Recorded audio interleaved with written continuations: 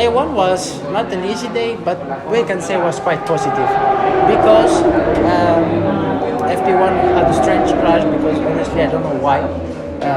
Was so strange. I did nothing wrong and I lose the front quite easy. Let's say in a fast moment, but FP2 was great. We make a great pace. I think was important. But we will see tomorrow. Looks like we will need to make some laps with the soft rear that I think can be a great option for the race because the medium is good but not that great.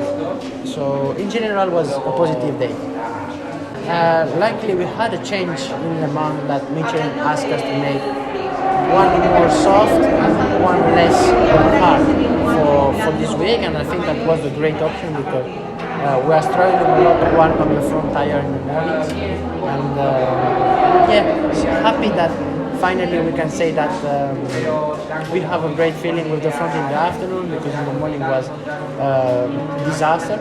And we will see. I think in the afternoon tomorrow we can consider to use the medium in front and consider also for the race. Not easy. Not easy for everyone. We saw also Arbolino that is negative but can't race here in Aragon. Sorry.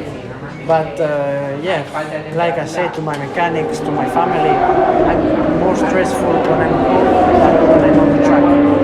So when I'm home, I'm there. I'm going out with the trial bike. I'm training. I'm running at home with my treadmill. So I'm doing nothing actually, and it's really bored. But this is what we need to do until at least Portimao.